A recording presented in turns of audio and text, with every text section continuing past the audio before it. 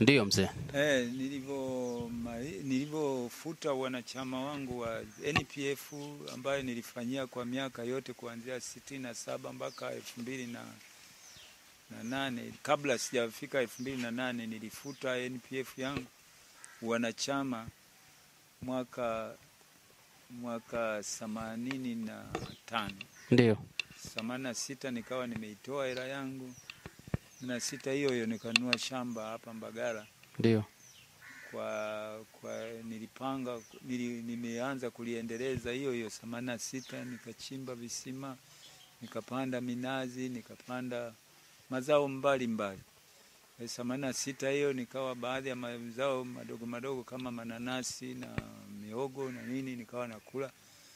By 87 nikaona uendelezaji BP, majirani zangu wakasema wamelipwa hela kwamba serikali imechukua kwa ajili ya kuwapa estate BP Tanzania Limited, kampuni ya mafuta ya Kiingereza hiyo.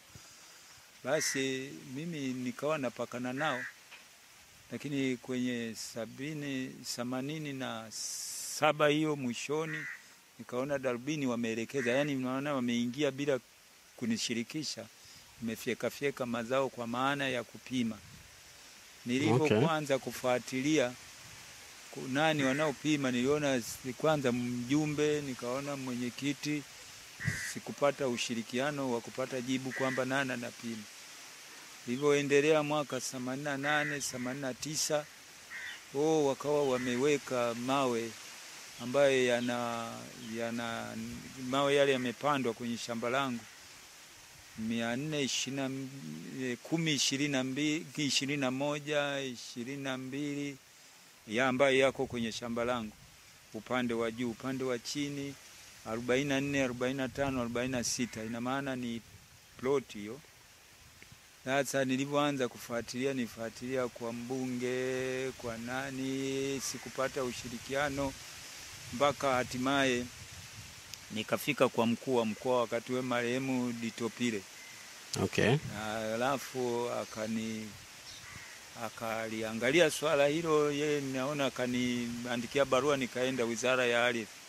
Ndiyo. Wizara ya Ardhi nikakutana na kamishna wa ardhi wakati huo, ni sasa hivi ni marehemu. Nilipohojiana naye akanambia kweli kule Mbagala kuna wapimaji wameenda kule, akakiri na yeye kwamba amepewa kiwanja ambacho ni 10. Yeye alichukua ramani akanionyesha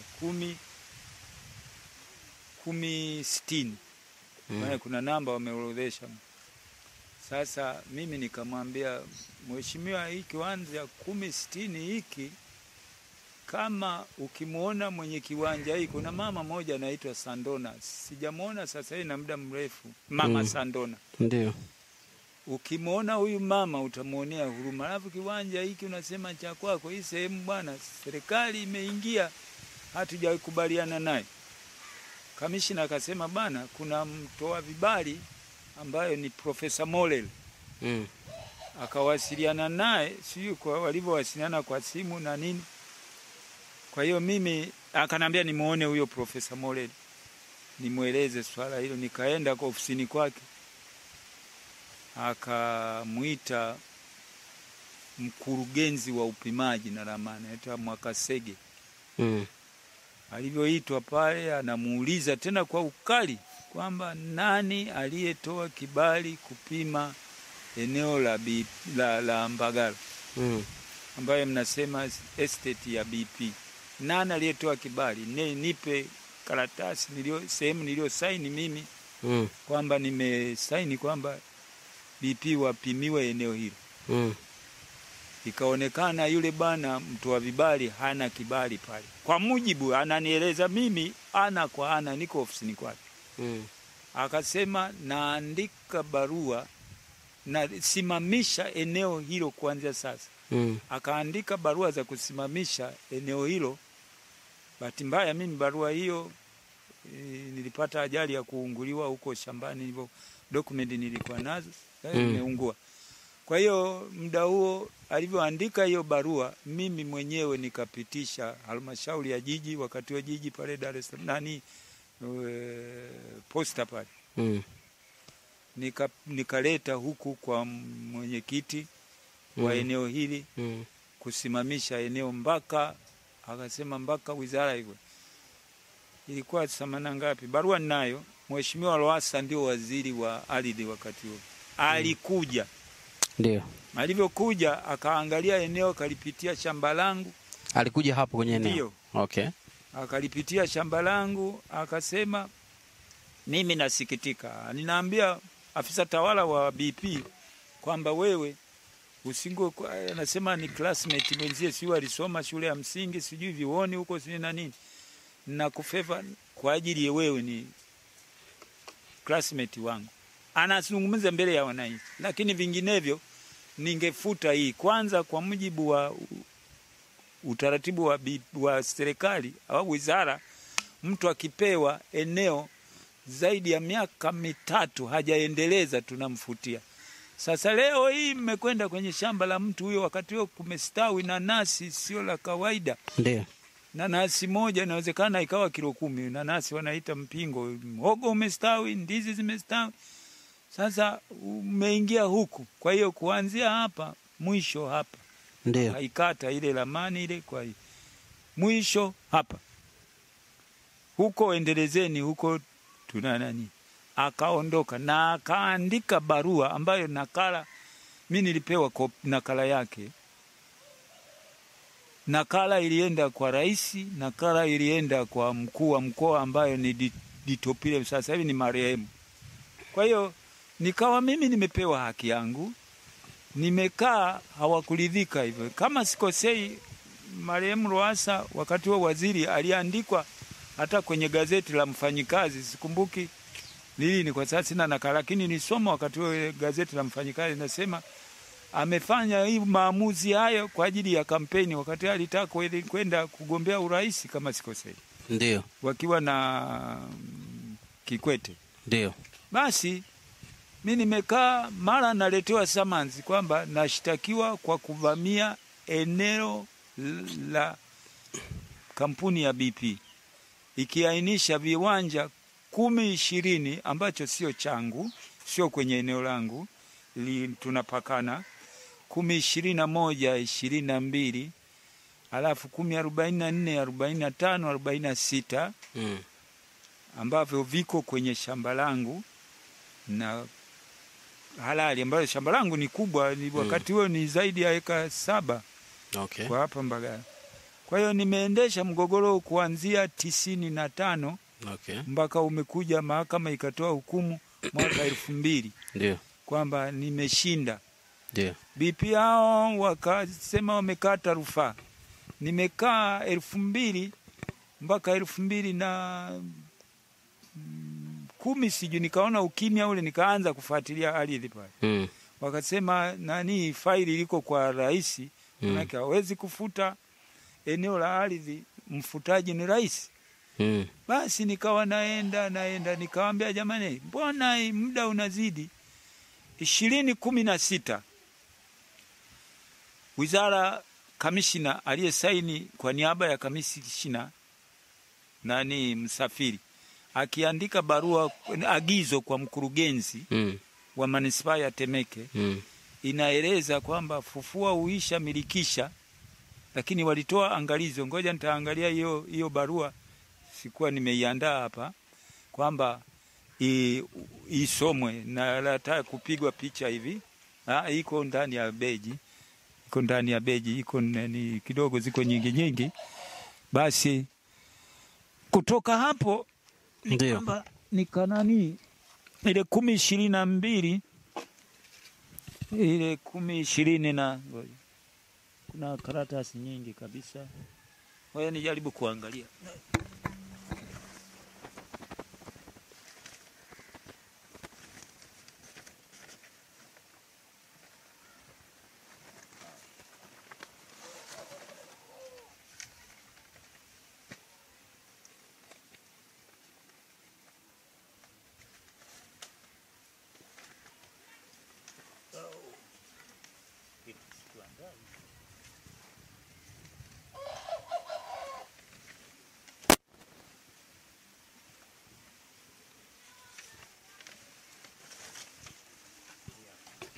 Ndio. 10:20 yani barua yenyewe imeandikwa tarehe 29 mwezi wa 6 mwaka 2016. Ndio. Inasema hivi: viwanja namba 1020 mpaka 1022 na viwanja namba 1044 mpaka 46 Kitaluelo jijini Dar es Salaam. Taarifa anasema ofisi ya kamishina wa ardhi imepokea maombi kutoka kwa wananchi waliokuwa wanamiliki ardhi kiasili katika eneo lililokuwa chini ya miliki ya kampuni ya BP Tanzania Limited, ambalo miliki yake ilifutiwa baada ya kutokea mgogoro na kubainika wananchi hawa hawakulipwa fidia. Naona moja ya nyaraka zilizowasilishwa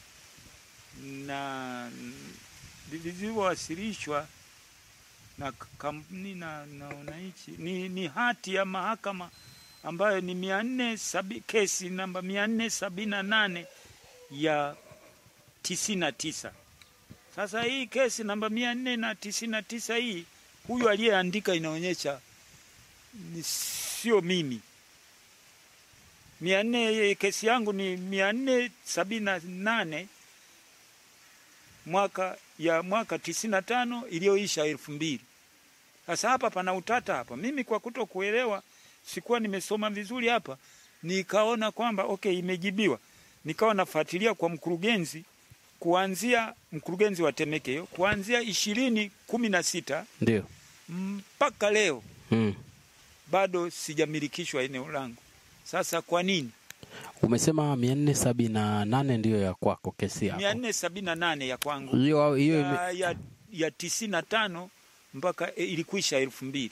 Ndio. Sawa. Ndiyo. Sasa hii hapa barua hii inasema 400 SM namba ya koti namba SM namba kwamba 478/99. Sasa 99 ndio nikaona kumbe 99, nikadhani labda ni ukosefu wa uchapaji, lakini kufuatilia nikaona ni kweli. Hii ni kuna kesi. Nimetuma maombi ya kuomba nakala ya hukumu hii. Sijajibiwa bado. Na inaendelea, kila nikienda naambiwa iko Dodoma. Na si kwamba hapo tu. Niliwahi kwenda kuandika barua kwenda kwa waziri mkuu mwaka 2023. Ndio. Yote imeisha 23. 2022. 24. Yote imeisha. Mwezi wa 12 nikaona ngoja niende ofisi ya rais na nikaomba kujua kwa nini hii swala hili ni agizo tangu 2016 mpaka leo sijapata haki yangu ambayo ni ya msingi kabisa, ndio NPF yangu kabisa 100%. Ndio. Sasa kwa nini? Sasa kilichoshangaza hapa kwa waziri mkuu, kuna mtu alinitania. Ndio nikawa na wasiwasi. Nimeenda mara ya kwanza, wakanipa lugha nzuri ya kueleweka, kwa nilitaka nione media ya waziri mkuu, nijaribu kuelezea kabla haijawe kuna nini 2016 mpaka leo 2023. Sijapata jibu. Sasa nilivyorudi kwenye 2024, huyo mtu alitoka kwenye ofisi, kuna pale reception kwa waziri mkuu, alafu kuna wale watu wa reception, alafu kuna ofisi ndani yake aka. Nilipokuwa nalalamika kwa nini kuanzia 23 mpaka sasa 24 sipati mwelekeo wa kwamba nitakiona uhitaji wangu. Akanitumia lugha kali kidogo. Akaniuliza, unajua uko wapi? Kaambia niko kwa waziri mkuu. Kwani mimi sijielewi?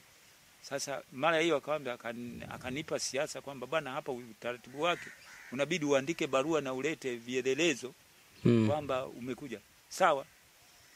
Nikaandika barua, nikaenda, si tarehe kumbukumbu ninazo, siwezi makaratasi mengi. Nilipokwenda kufika pale, naipeleka kabla sijawakilisha, katoka huyo mtu ananitania. Anambia, Nyamoga umefika hapa. Alafu akazamia kwenye ofisi. Huyo Nyamoga, huyo mtu wewe unamjua? Simjui, sikumuona sura. Okay. Nikataka kulazimika nifungue mlango ule kwa sababu ni mbali kidogo. Nikaona hapa nitaonekana nafanya fujo. Nikawauliza wale mabinti, huyo anayenitania nani ananifahamu? Naomba muite aje, wanacheka. Wanacheka, nikaona hapa kuna something. Nikaona nadhihakiwa. Nikatoka. Kabla ya kutoka, nikawapa ile barua ya maombi. Nikawaambia wasaini. Hiyo ninayo mahali lakini nitaipata tu sio sana. Ndio. Nikaambia okay, mpokea. Sasa mbona hamsaini ile ambayo inabidi nibaki nayo kama kumbukumbu? Ndio. Wakaniambia kwamba hapa hatuna muhuri. Ndio.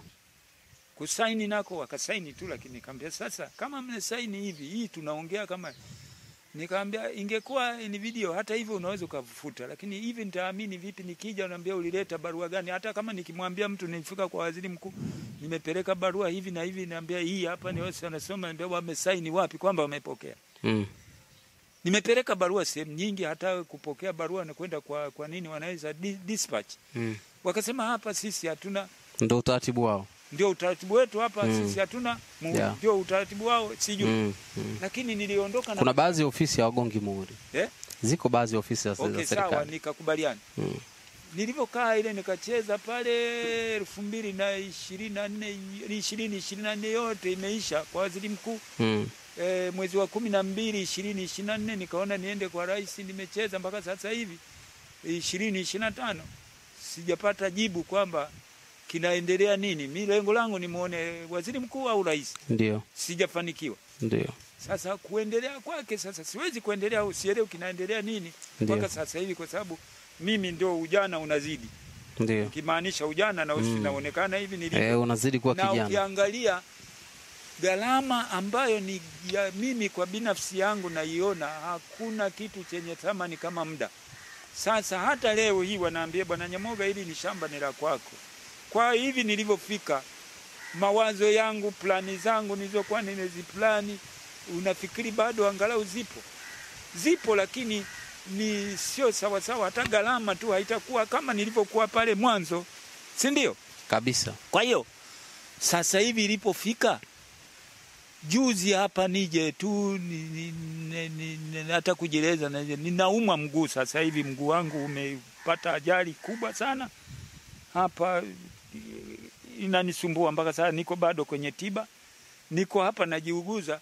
Naambiwa vijana wangu wanaambia bana, kule shamba wamekuja watu kule, sijui ilikuwa tarehe 10 mwezi huu uliokwisha, mwezi wa pili. Nikachukua baisikeli pikipiki nikaenda kule na wakuta. Kwa kweli wapi? Hapa chini hapa Mbagala. Hapa shamba langu liko chini hapa. Nilizungumza lugha ngumu, nikasema nyie matapeli mnafanya nini hapa? Ndio. Nimetamka kabisa na ninarudia, matapeli. Nikasema kama mmekuja mbona sina taarifa? Mwenyekiti namuona pale, mwenyekiti wa eneo. Sijui mjumbe kama alikuwepo, nikaambia na wewe mwenyekiti ni tapeli. Kwa nini utaingia kwenye nyumba ya mtu bila taarifa? Ndio. Naona? Hapa una eneo kiasi gani? Na eneo lilikuwa linaeka kama 7 hivi, lakini zimeendelewa kubanwa, wamebana. Niliweka utaratibu kwamba barabara ifike. Serikali imeruhusu watu wamejenga kwenye barabara, ndio kama walivyopima bila mpangilio niliopanga mimi. Mimi shamba langu nililiweka vizuri, lina barabara za kuingia kwa uzuri kabisa, lakini kwa upimaji wao wa kutokuwasiliana na mimi wamepima ovyo. Okay, ulikuwa unaeka ngapi hapo? Eka 7. Sasa zimebaki ngapi? Kwa wastani inawezekana 3 nikichanganya na zilizo kwenye mgogoro. Hapana, ambazo haziko kwenye mgogoro. Ziko kama 2 point kitu au 3. Zipo mpaka sasa hizo 2. Mpaka sasa zipo. Mpaka sasa. Lakini hazifikiki kwa sababu tayari kutokana na mpimaji wao wa serikali wameblock, ziko kama kitu umeweka uani hivi. Ambapo huwezi kufika na usafiri wote kutembea kwa mguu. Sasa wewe sehemu ufiki na gari wa nini lina thamani tena. Kwa hiyo sasa hivi zimebaki takriban eka 2 tu. Na hizo ambazo zina mgogoro ni kiasi gani? Hiyo sio eneo, ni ploti tu ambazo wameingiza kwenye hiyo eneo walioichukua, ni viwanja 6. Wamechukua viwanja vyako 6. Kwenye eneo langu vimetoka viwanja 6, lakini katika viwanja 6 hivyo hivyo mimi kama familia tuna kama 10, 21, 22, lakini 22 ina mgogoro tayari, na serikali yenyewe inajikomiti kwenye maandiko yao kwamba kuna mgogoro. 20 hiyo ambayo sio chango na vile vile kina mgogoro wenyewe katika upimaji wao mpaka wakapata 10, 20, ina maana wamechota kwenye eneo langu kwenye 1044. Viwanja vyako vimepimwa bila ridhaa yangu. Kwa hiyo hili shamba lako bado ni squatter, maana yake halijapimwa. Yes. Ila sehemu ya shamba lako limepimwa. Ndio. Bila idhini yako. Ndio. Na ndio hilo ambalo linahesabika kama ni la BP Estate. Okay. Wamepima eneo langu waliolimega bila kulipa fidia kama alivyosema barua ya Mheshimiwa Lowassa iko hapa inasema. Okay. Inasema kwamba ametoa Kitaluelo chote, kajumlisha Kitaluelo ambayo kina viwanja karibu vingi tu. Hiyo barua ya Lowassa ipo hapa. Iko hapa, lakini unajua karatasi zimesongamana, lakini iko hapa kopi yake. Iko lakini imefendi kidogo. Ninayo. Nilikuwa sijapanga vizuri. Anyway, barua ya Lowassa inajisemea wazi kabisa kwamba hii nafikiri ndugu yangu hii tuangalie tu tutaita. Okay, unaweza kutupata muhtasari wakati unaitafuta hiyo barua ya Lowassa. Okay. Hii hapa kama sikosei. Hii hapa. Mimi macho yangu hayaoni vizuri. Unaweza tukaimulika kwenye picha hapa. Hii hapa inasema ukaionyesha tu inavyoonekana. Ili tuimulike. Hii hapa. Naona hii. Hii hapa.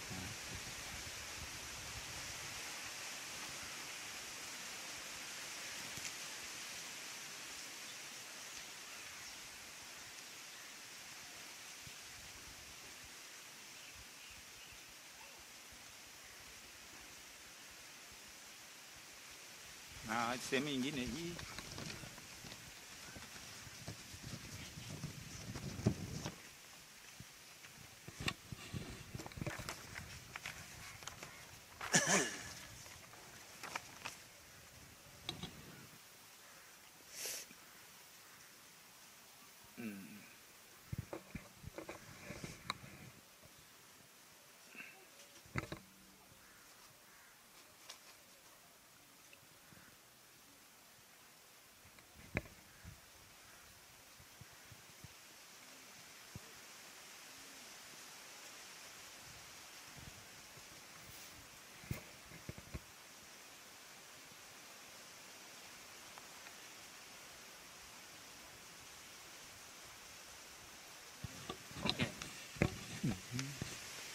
Nafikiri imeonekana kidogo. Nimeona hapo kwenye title inasema barua ya kunyang'anywa viwanja vya wafanyakazi wa BP. Yes. Hii ina maana gani? Nyinyi mlikuwa ni wafanyakazi wa BP? Hapana. Hapana. Mimi ni raia kama nilivyosema. Hiyo title hapo. Hiyo title. Hii title kunyang'anywa manake kwamba mheshimiwa hapa marehemu Lowassa aliona ukweli wa mambo kwamba watumishi wa serikali ambao walitumwa kupima kule waliongeza viwanja kwa manufaa yao, na ukizingatia kauli ya marehemu ambaye alikuwa kamishna wa ardhi wakati wa mheshimiwa Lowassa alinizungumzia mimi mwenyewe, sio kwa maandishi. Akasema bana, ile eneo ili na kiwanja kule 10-60. Mimi kwa sababu nilikuwa nafahamu 10-60 kiko wapi, nikamwambia mheshimiwa, kama ungemuona mama anayemiliki eneo hilo alikuwa na mwembe mkubwa umetolewa